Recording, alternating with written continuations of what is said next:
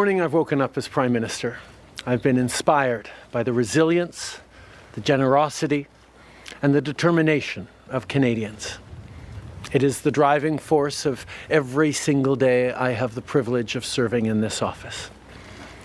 That is why, since 2015, I've fought for this country, for you, to strengthen and grow the middle class.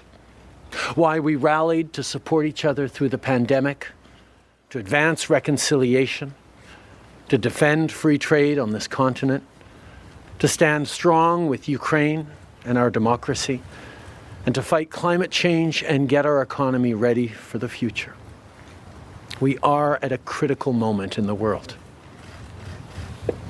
Mes chers Canadiens, à chaque matin, je me suis réveillé en tant que Premier ministre, inspiré par la résilience, la générosité et la détermination qui nous caractérisent si bien en tant que Canadiens.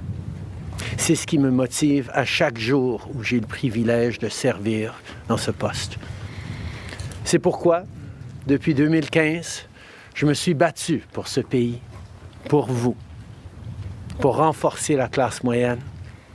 Pourquoi nous nous sommes mobilisés en tant que Canadiens pour se soutenir les uns les autres pendant la pandémie, pour faire progresser la réconciliation, pour défendre le libre-échange sur notre continent, pour notre soutien inébranlable de l'Ukraine et de la démocratie, et pour lutter contre les changements climatiques et préparer l'économie de l'avenir. Nous traversons vraiment un moment critique dans le monde. My friends, as you all know, I'm a fighter. Every bone in my body has always told me to fight because I care deeply about Canadians, I care deeply about this country, and I will always be motivated by what is in the best interest of Canadians. And the fact is, despite best efforts to work through it, Parliament has been paralyzed for months after what has been the longest session of a minority parliament in Canadian history. That's why this morning I advised the Governor-General that we need a new session of Parliament. She has granted this request, and the House will now be prorogued until March 24th. Over the holidays, I've also had a chance to reflect and have had long talks with my family about our future. Throughout the course of my career, any success I have personally achieved has been because of their support and with their encouragement. So last night over dinner, I told my kids about the decision that I'm sharing with you today. I intend to resign as party leader, as Prime Minister, after the party selects its next leader through a robust, nationwide, competitive process.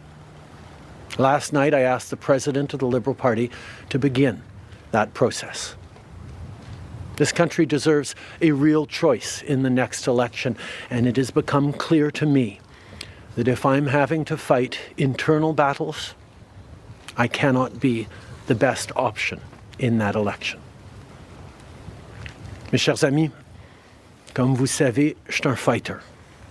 Dans mon fort intérieur, je me suis toujours battu parce que je me soucie profondément des Canadiens. Et je serai toujours motivé par ce qui est dans le meilleur intérêt des Canadiens. Et le fait est que malgré tous les efforts déployés pour passer à travers, le Parlement est paralysé depuis des mois, après ce qui a été la plus longue session d'un Parlement minoritaire dans l'histoire de notre pays. C'est pourquoi ce matin, j'ai rencontré la gouverneure générale pour lui faire savoir que nous avions besoin d'une nouvelle session du Parlement. Elle a accédé à ma demande et la Chambre sera donc prorogée jusqu'au 24 mars. Pendant le temps des fêtes, j'ai également eu l'occasion de réfléchir et d'avoir de longues conversations avec ma famille quant à notre avenir.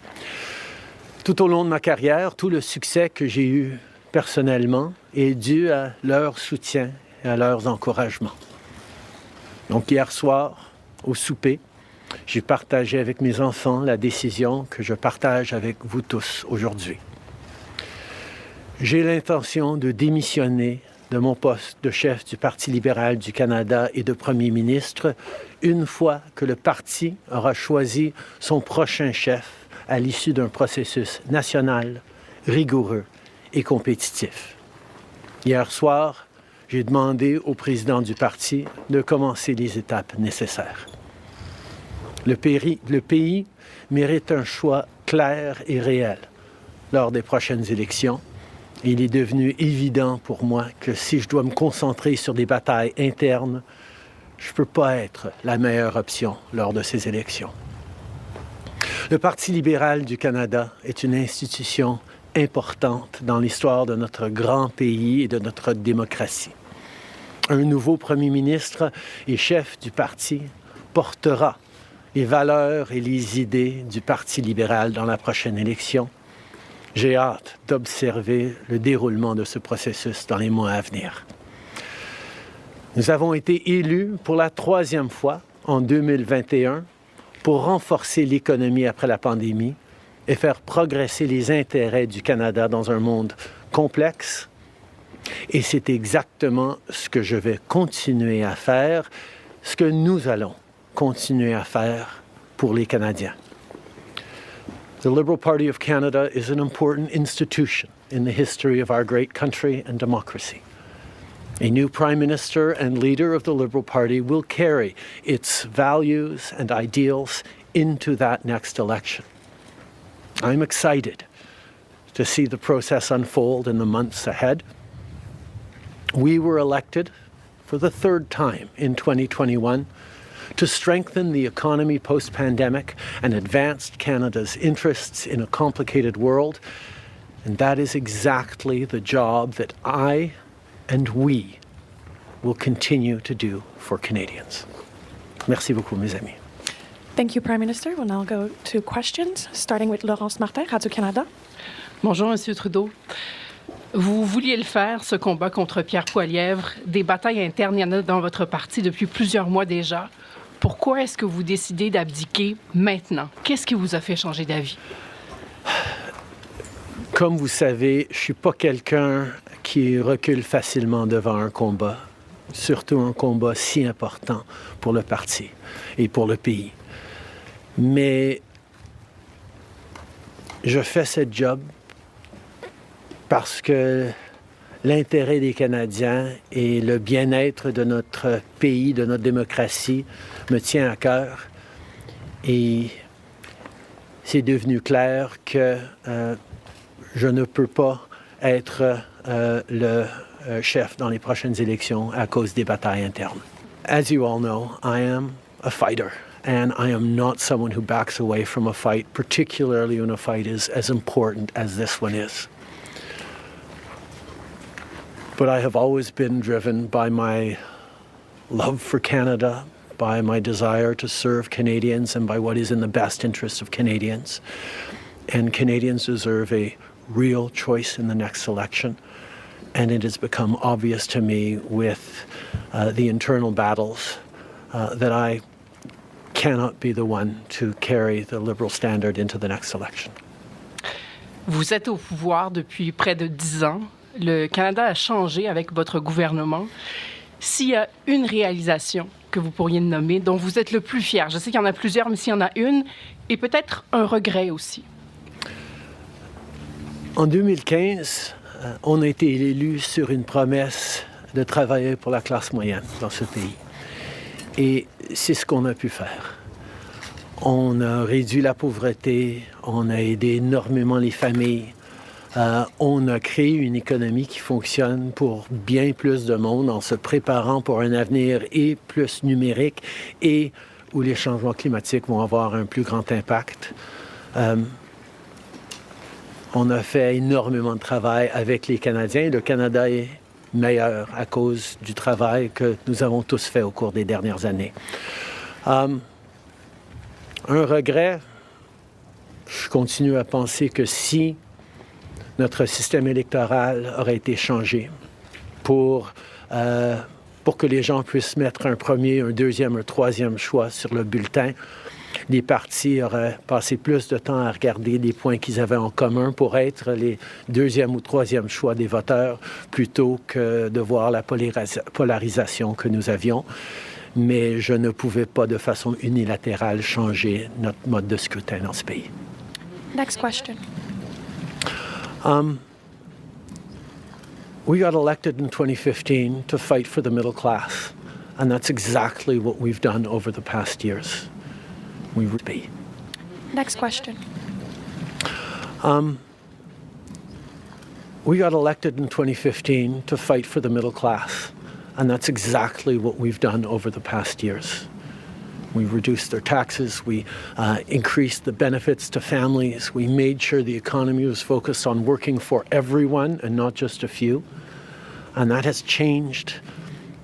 That has dropped poverty rates in Canada, that has brought more people into the workforce, that has moved us forward on reconciliation in a way that has deeply improved the opportunities and success of Canadians despite the incredibly difficult times the world is going through right now. There's lots more work to be done, and I know that this party and this country and Canadians will keep doing it. If I have one regret, particularly as we approach this election, well, there are probably many regrets that I will think of, but I do wish that we'd been able to change the way we elect our governments in this country so that people could simply choose a second choice or a third choice on the same ballot, so that parties would spend more time trying to be people's second or third choices, and people would have been looking for things they have in common instead of trying to polarize and divide Canadians against each other. I think in this time, figuring out how to pull together and find common ground remains something that is really important for democracies. But I could not change unilaterally, without support of other parties, our electoral system. That wouldn't have been responsible. Prochaine question. Tonda McCharles, Toronto Star. Prime Minister, up until 3 weeks ago, you were intending to stay, and it seems that the event 3 weeks ago of Ms. Freeland coming out and saying you were firing her as your finance minister was the catalyst that brought us here today. So can you explain your side of what happened there? Chrystia has been by my side for close to 10 years now. She has been an incredible political partner through just about everything we have done as a government and as a party over the past decade. I had really hoped that she would agree to continue as my Deputy Prime Minister and take on one of the most important files that not just this government but this country is facing, but she chose otherwise. In regards to what actually happened, I am not someone who's in the habit of sharing private conversations. Chrystia a été depuis presque 10 ans maintenant à mes côtés en tant que partenaire politique essentiel à presque tout ce qu'on a réussi en tant que gouvernement, en tant que parti. J'aurais vraiment souhaité qu'elle choisisse de continuer en tant que ma vice-première ministre et qu'elle prenne un des dossiers les plus importants auxquels les Canadiens et notre gouvernement vont faire face dans les mois à venir, d'ici les prochaines élections. Mais elle n'a pas voulu. Mais par rapport aux détails, je ne suis pas quelqu'un qui partage les détails de conversations privées. You spoke about the Liberal Party as an institution and the internal battles right now, but I'm wondering if you feel that another leader will have more success than you will at beating Pierre Poilievre in the next campaign. Pierre Poilievre's vision for this country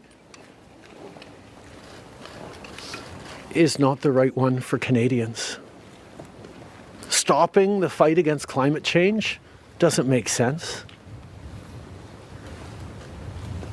backing off on the values and strength in diversity that Canada has always worked to pull itself together on is not the right path for the country.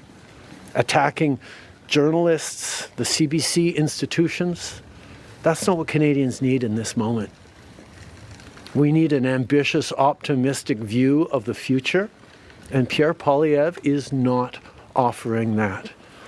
And I look forward to the fight as progressives across this country stand up for the kind of vision for a better country that Canadians have always carried, despite the tremendous pressures around the world to think smaller, to veer towards the hard right, and to be less ambitious for what we can be and do as a country when the world really needs Canada. That's not an answer, though. Yes or no? Is there another leader that could beat him? Absolutely. En français, juste sur le leader. Oui. Non, mais Est-ce que vous Pierre Poilievre. élaborer en français, s'il vous plaît? Merci. Pierre Poilievre a une vision profondément petite et erronée pour ce pays, si même on accepte qu'il ait une vision, de reculer sur les droits fondamentaux, d'arrêter la défense, la lutte contre les changements climatiques, de ne pas investir dans une économie plus verte, plus inclusive, de toujours chercher des divisions entre les Canadiens plutôt que de rassembler pour faire face à l'avenir de façon optimiste et ambitieuse. C'est pas le bon choix pour les Canadiens. Et j'ai hâte de continuer de faire partie d'un mouvement progressiste qui va envisager un avenir meilleur pour les Canadiens sur l'optimisme et le travail que les Canadiens ont toujours fait pour bâtir un monde meilleur. Next question. Hélène Buzetti, les corps d'information. Bonjour, M. Trudeau. Il y a 16 ans, en décembre 2008, Stephen Harper a prorogé le Parlement pour s'éviter un vote de confiance qu'il savait qu'il allait perdre parce que les 3 partis d'opposition allaient voter contre lui. Exactement comme la situation dans laquelle vous vous trouvez aujourd'hui. À l'époque, le chef libéral, Stéphane Dion, avait dit, puis je le cite ici, que c'était une entrave à la Constitution et un affront à la démocratie. Alors, j'aimerais savoir pourquoi ce qui était mauvais pour les conservateurs de Stephen Harper devrait être bon pour les libéraux de Justin Trudeau. La gouverneure générale, en 2008, avait correctement conclu que la Chambre venait juste d'accorder leur confiance de façon formelle au gouvernement de M. Harper, malgré même une lettre signée qui était un document politique. La voix de la Chambre compte.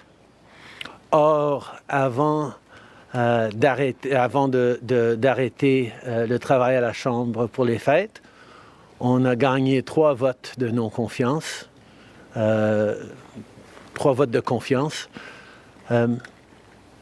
et nous allons devoir retester la confiance de la Chambre dès le mois de mars pour passer les éléments budgétaires nécessaires pour faire fonctionner le gouvernement. In English, please, sir. In 2008, the Governor General correctly concluded that because the very last times in the previous weeks that the confidence of the House had been tested, it had passed that confidence test. Stephen Harper continued to have the confidence of the House, and it actually would bear out because as soon as they came back from the prorogation, Stephen Harper won a confidence vote once again. So a political document or political speeches doesn't carry the kind of weight that winning a confidence vote means. But this prorogation will take us only into March, and there will be confidence votes in March in the passing of supply that will allow Parliament to weigh in on confidence in a way that is entirely in keeping with all the principles of democracy and the workings of our strong institutions. Mais avec respect, M. Trudeau, y a-t-il pas quelque chose un peu antidémocratique de suspendre la possibilité du Parlement d'exprimer sa non-confiance le temps que votre parti se cherche un sauveur? Est-ce qu'il ne devrait pas plutôt juste se référer aux électeurs et de déclencher dès maintenant une élection? Hélène, je pense que tu as très clairement vu, comme tout le monde dans la galerie de presse parlementaire, à quel point le Parlement ne fonctionne plus depuis plusieurs mois. On est pogné dans une question de privilège. Il y a des motions d'obstruction constantes et on a pu très peu accomplir pendant les derniers mois au Parlement. Le Parlement a besoin d'un reset, a besoin de se calmer un peu les pompons pour se remettre au travail pour les Canadiens et pas à faire de la petite politique constante, ce qu'on est en train de voir des conservateurs. Donc, ce reset a deux éléments. Une prorogation pour que, justement, on recommence avec une fraîche approche au Parlement. Et deuxièmement, oui, le Parti libéral va entamer un leadership parce que je m'attends à ce que si c'est pas moi qui va mener le parti dans les prochaines élections, la polarisation qu'on voit actuellement au Parlement devrait aussi se calmer un petit peu. Les Canadiens ont besoin d'un Parlement qui fonctionne, particulièrement dans ce moment complexe, et ces deux éléments vont représenter le reset nécessaire pour le Parlement. En anglais, mais si vous pouvez dire pourquoi pas une élection? Vous ne l'avez pas dit. The parliamentary press gallery, and anyone who's been watching politics closely over the past months will know that Parliament has been entirely seized by obstruction and filibustering and a total lack of productivity over the past few months.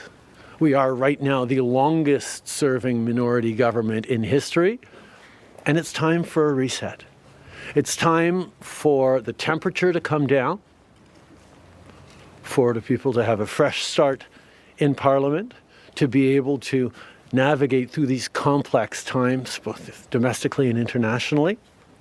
And the reset that we have is actually two parts. One is the prorogation, but the other part is recognizing that removing me from the equation as the leader who will fight the next election for the Liberal Party should also decrease the level of polarization that we're seeing right now in the House and in Canadian politics and allow people to actually focus on serving Canadians in this House and with their work the way Canadians deserve. On va prendre une dernière question. Good morning, Prime Minister Stephanie Taylor with the National Post. Given, as you just said, there's going to be confidence votes in March, opposition parties have said they are prepared to bring down your government. What kind of chances do you think you are leaving to your successor, given that there will only be mere weeks for them to introduce themselves to Canadians before heading into an election, potentially? I have a tremendous amount of confidence in both Canadians and in parliamentarians' interest in serving Canadians in the right way. We're in a minority government right now, and there hasn't been an active leadership in a minority government in more than 50 years in this country. And there is always going to be the challenge of having a leadership race while a parliament would face confidence votes in the course of delivering supply to the government. So this is something that we're going to navigate through, but I truly feel that removing the contention around my own continued leadership is an opportunity to bring the temperature down, have a government that will focus on the complex issues that are coming forward in the coming months, while the party gets to have a full national process that brings in people from right across the country and makes a determination about the best person to carry the progressive Liberal standard into the next election. Can you clarify whether ministers who would like to campaign for your job will have to step out of cabinet? And how can the Liberal government be in a position to protect Canadian businesses and Canadians from the threat of tariffs from incoming President Donald Trump when members of the government are going to be focused on who's going to be taking your job? The government will still, and the cabinet will still be very much focused on doing the job that Canadians elected us to do in 2021, which is fight for their interests, stand up for their well-being, and make sure that they are good and that Canadians are protected and strong. There will be a leadership process and the rules will unfold over the coming weeks. But I can assure you that the tools and the need to stand up for Canadians, to protect Canadians in their interests and continue to fight for the economy is something that everyone in this government will be singularly focused on. Je peux souligner que, évidemment, les règles et les conditions du leadership du Parti libéral vont être discutées dans les semaines à venir. Mais le gouvernement qui a été élu pour protéger les Canadiens et leurs intérêts dans un monde très complexe, qui a été élu le plus récemment en 2021, va continuer ce travail avec un focus et une emphase singulière sur ce qui est dans les intérêts des Canadiens, pendant que le parti fait ce dont il a besoin pour avoir un processus de leadership. Merci beaucoup. Ceci conclut la conférence de presse d'aujourd'hui. Merci tout le monde. Merci d'être ici dans une belle journée d'Ottawa.